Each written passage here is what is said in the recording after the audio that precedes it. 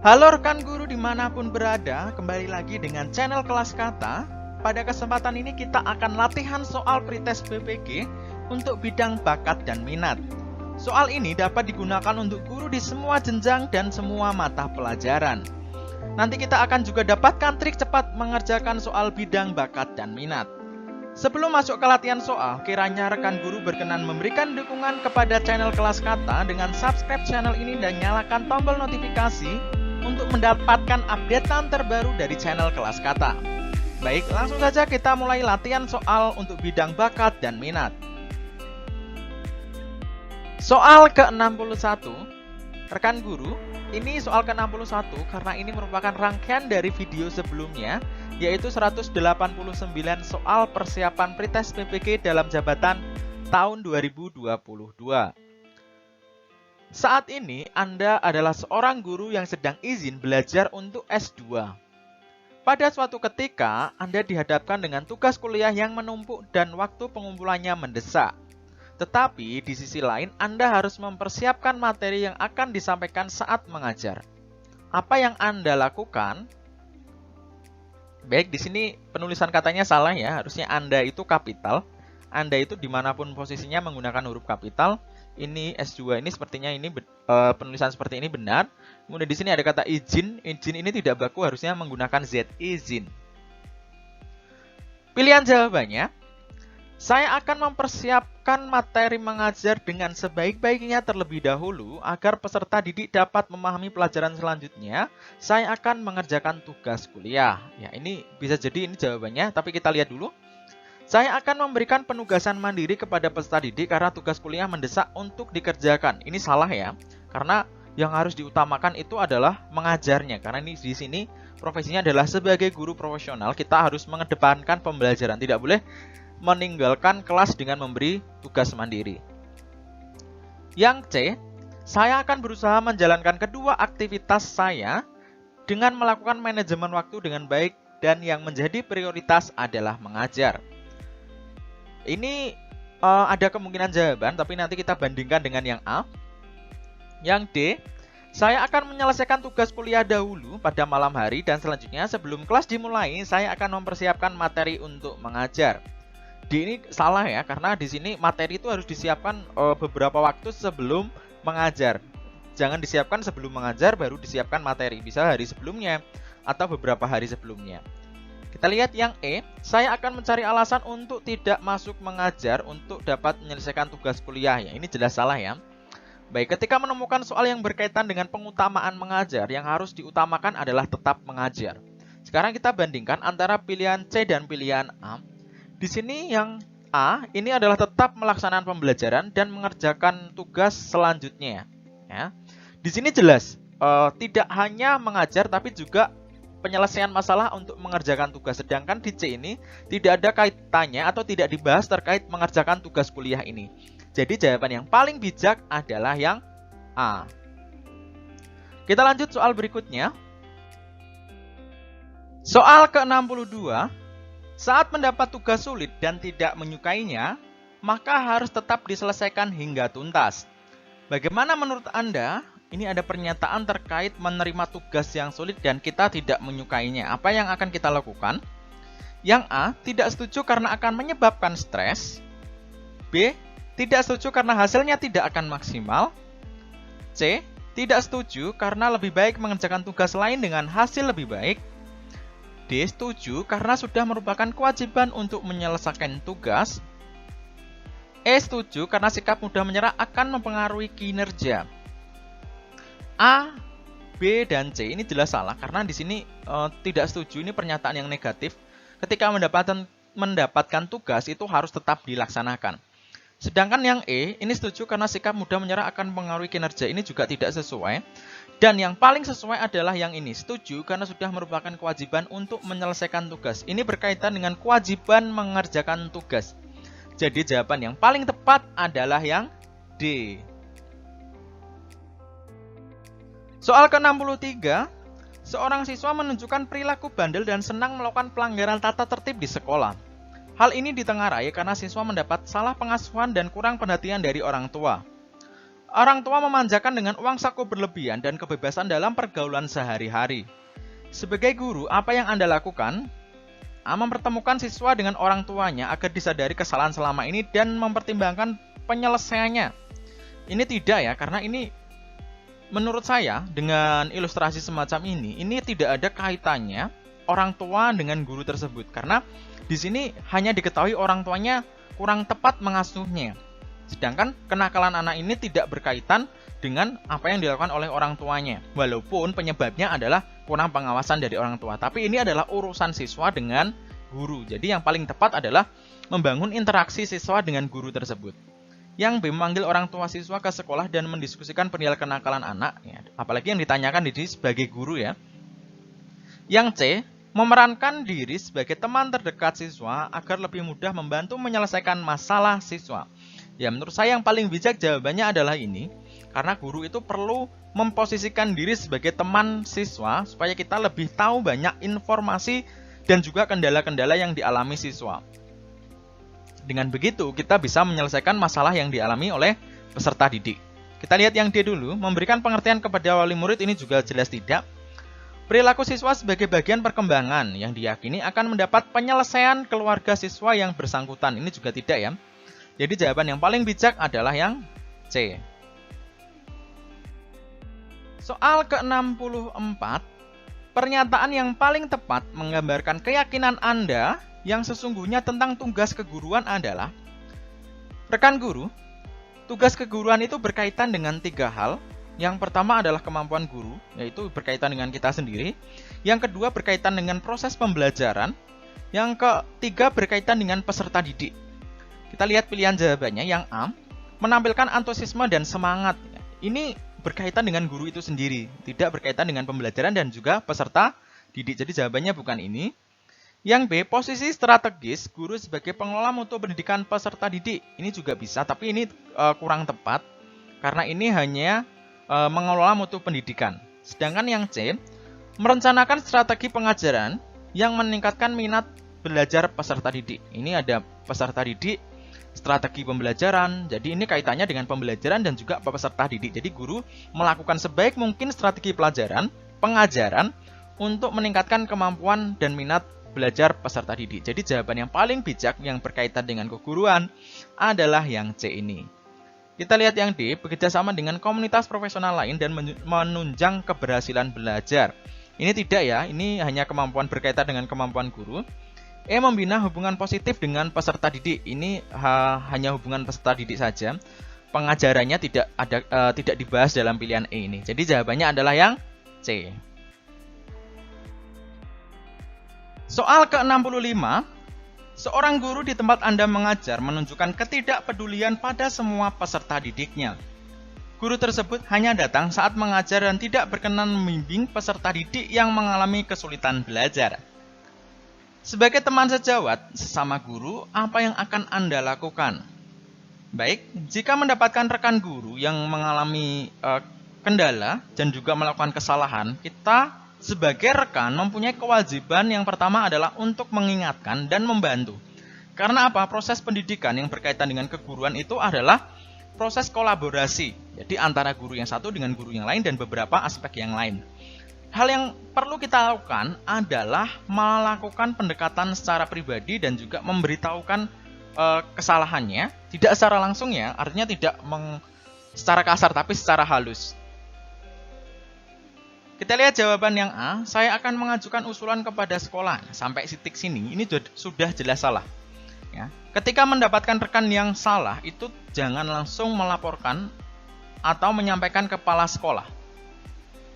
Kita harus mengingatkan terlebih dahulu. Jika sudah berkali-kali kita ingatkan tidak bisa, baru kita ambil tindakan berikutnya. Yang B, saya akan melakukan pendekatan secara persuasif pada guru tersebut agar mau membimbing peserta didiknya yang mengalami kesulitan dalam pelajaran. Baik, ini bisa sesuai. Kita lihat yang C. Saya akan mengajukan saran kepada kepala sekolah. Ini juga jelas salah. Yang D, saya akan diam saja. Ya, ini diam saja itu tidak boleh. Apalagi berkaitan dengan peserta didik. Karena peserta didik harus mendapatkan pengajaran secara maksimal. Yang E, saya akan minta teman terdekat dari guru tersebut untuk menyampaikan nasihat agar berkenan untuk membimbing peserta didik. Ini bisa dilakukan, tapi paling tepat adalah yang B. Karena apa? Kita harus melakukannya sendiri. Ya, jangan kita yang memahami beliau salah, kemudian kita meminta orang lain. Itu mungkin jalan setelah kita menasihati tidak bisa. Ya, jadi jawaban yang paling bijak untuk soal ke-65 ini jawabannya adalah yang B. Soal ke-66, Anda adalah guru yang mengajar di SMA. Beberapa peserta didik Anda memiliki bakat melukis.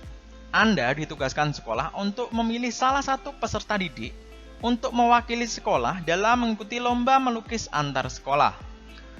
Ada 3 peserta didik yang Anda kenal dekat dan baik dibandingkan peserta didik lainnya. Apa yang akan Anda lakukan untuk menentukan pilihannya? Ketika menemukan permasalahan seperti ini, kita menghilangkan rasa subjektivitas. Artinya, tidak berdasarkan kepentingan pribadi seorang guru. Harus benar-benar objektif, berdasarkan kemampuan peserta didik. Kita lihat yang A, saat memilih perwakilan, saya akan melibatkan guru kesenian dan kepala sekolah agar terjadi objektivitas dalam penentuan pilihan. Ini tidak ya, karena apa? Jadi sudah diberikan tanggung jawab untuk memilih salah satu. Jadi guru tersebut yang harus bertanggung jawab untuk memilih. Yang B, saya akan mengadakan lomba melukis antar peserta didik dalam sekolah dengan tim penilai guru kesenian dan kepala sekolah. Selanjutnya, peserta didik memenangkan lomba yang berhak mewakili sekolah. Ya, ini yang paling bijak dapat dilakukan ya. Jadi kita harus melakukan seleksi secara adil untuk menentukan peserta mana yang akan mewakili sekolah. Karena ada siswa lain yang berbakat. Ini seperti pengalaman saya waktu SMP, karena saya ingin sekali mengikuti lomba, tetapi saya tidak dipilih. Yang dipilih adalah siswa lain. Padahal saat itu saya ingin mengikuti seleksi lomba tersebut. Kita lihat yang C. Saya akan meminta peserta didik menyerahkan hasil karyanya yang dibuat di rumah untuk dinilai ya. Sampai saat ini sudah salah ya. Ini di rumah ya. Ini belum tentu itu dibuat oleh siswa sendiri. Jadi kita perlu melihat proses pembuatan siswa itu secara langsung untuk melihat bakat dan minatnya secara lebih luas. Yang D, saya akan milih peserta didik yang mudah dihubungi. Ini juga jelas tidak, karena ini subjektif. Saya akan memilih peserta didik yang mewakili sekolah berdasarkan kedekatan dengan saya secara pribadi. Ini juga tidak ya. Jadi jawaban yang paling tepat adalah yang B, yaitu mengadakan lomba. Siapa yang paling bagus dan pemenangnya berhak mewakili sekolah. Soal ke-67. Apa yang akan Anda lakukan apabila perencanaan mengajar yang telah disusun ternyata mengalami banyak kendala dalam pelaksanaannya? Pilihan yang A, berusaha menyesuaikan rencana dengan situasi yang baru muncul. Ya, ini bisa ya, karena ketika dalam proses pembelajaran, rencana sudah kita buat dan kemudian kita praktikkan, ternyata ada kendala, kita juga harus menyesuaikan dengan kendala tersebut, harus diatasi. Yang B, mencari alternatif terbaik pada saat itu juga, asal tujuan tercapai. Ini juga masih ada kaitannya ya, antara A dan B. Tetap dijalani dan pasrah pada hasilnya. Ini tidak membatalkan rencana tersebut saat itu juga, tidak langsung dibatalkan ya. Tetap berniat melaksanakan kembali rencana pelajaran tersebut di waktu mendatang. Ini jelas salah, karena sudah tahu kalau itu kurang tepat kok masih dilaksanakan. Baik, pilihannya antara A dan B. Rekan guru ketika menemukan 2 jawaban yang hampir sama, ini seringkali muncul seperti ini. Jadi ada 2 jawaban yang hampir mirip dan juga semuanya bisa masuk. Hal yang perlu kita lakukan adalah mencari yang paling luas dan mencari yang paling lengkap. Kita lihat yang A, berusaha menyesuaikan rencana dengan situasi baru muncul dibandingkan dengan mencari alternatif terbaik. Nah, A ini juga merupakan alternatif terbaik kan. Jadi bisa masuk, A ini bisa masuk ke sini. Pada saat itu juga asal tujuan tercapai. Apalagi di sini terkaitan dengan tujuan pembelajaran harus tercapai. Ya, jadi jawaban yang paling luas itu adalah yang B, mencari alternatif terbaik pada saat itu juga asal tujuan pembelajaran tercapai. Soal ke-68, seorang guru memiliki siswa dari anak pengawas sekolah di kotanya. Siswa tersebut memiliki nilai yang rendah. Kepala sekolah meminta agar nilai siswa tersebut ditambah, sehingga dapat masuk dalam kelompok siswa yang berprestasi baik. Bagaimana tanggapan guru terhadap permintaan kepala sekolah tersebut? Rekan guru, seorang guru itu ada beberapa hal yang bisa dijadikan itu tidak bisa diperdebatkan. Nah, kita bisa egois dalam beberapa hal. Yang di sini yang dimaksud berkaitan dengan siswa. Nilai siswa itu adalah hak prerogatif seorang guru. Jadi tidak boleh dicampur tangan berdasarkan hal lain, misalkan dari kepala sekolah, orang tua siswa, termasuk misalkan kita menghadapi siswa kita, anak kita sendiri, itu tidak bisa. Ya, kita harus menilai secara jujur dan sesuai dengan keadaan peserta didik. Kita lihat pilihan yang A, mempertimbangkan rasa segan. Jelas salah ya, ini mesti kaitannya dengan segan terhadap kepala sekolah. Kita yang B, mempertimbangkan rasa segan kepada kepala sekolah sebagai atasan. Ini juga jelas salah. C, mempertimbangkan rasa segan kepala sekolah sehingga memberi tambahan nilai sedikit. Ini juga jelas salah ya. Yang D, karena kepala sekolah turut campur tangan sebagai sanksi dikurangilah nilai siswa tersebut. Ini juga salah, tidak boleh seperti ini. Ya, misalkan ada nilai yang anaknya 8, kemudian gara-gara orang tuanya punya hutang atau orang tuanya mempunyai kesalahan kepada kita, yang akhirnya membuat kita mengurangi nilainya. Jangan sampai seperti itu. Itu tidak boleh. Yang E, memberikan nilai apa adanya, jelas sesuai dengan capaian siswa, meskipun kepala sekolah meminta menaikkan nilainya. Jadi jawabannya adalah yang E. Meskipun pemimpin meminta kita untuk melakukan sebuah kesalahan, kita punya hak untuk menolak. Tetapi kalau itu berkaitan dengan tugas dan tanggung jawab kita sebagai guru, kita harus melaksanakannya. Soal ke-69. Seorang guru menegur salah satu siswa saat pelajaran sedang berlangsung karena ia tidak mendengarkan penjelasan dari guru dan malah bermain handphone. Pernyataan yang patut digunakan untuk guru siswa tersebut adalah, ini pilihannya. Kita lihat yang A. Sini berikan kepada saya handphonenya. Kamu waktu pelajaran malah main handphone sendiri. Rekan guru ketika menjumpai siswa yang berbuat kesalahan dalam proses pembelajaran, di mana di situ terdapat siswa lain, kita hendaknya tidak bisa menegur secara kasar dan juga secara jelas. Itu artinya kita harus menegur secara halus dan juga sebisa mungkin kita tetap lembut. Ketika nanti sudah selesai pembelajaran di lain waktu, kita minta panggil siswa tersebut secara pribadi, hanya ada guru dan siswa tersebut, baru kita bisa menggunakan pernyataan yang tegas. Tetapi sebisa mungkin kita tidak secara kasar menyalahkan siswa tersebut, apalagi di hadapan teman-temannya.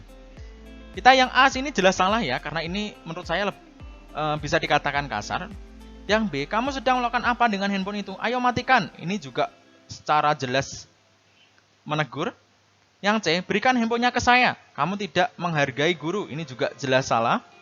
Tolong simpan dulu handphonenya. Jelas. Di sini ada kata tolong ya, masih halus tutur kata gurunya.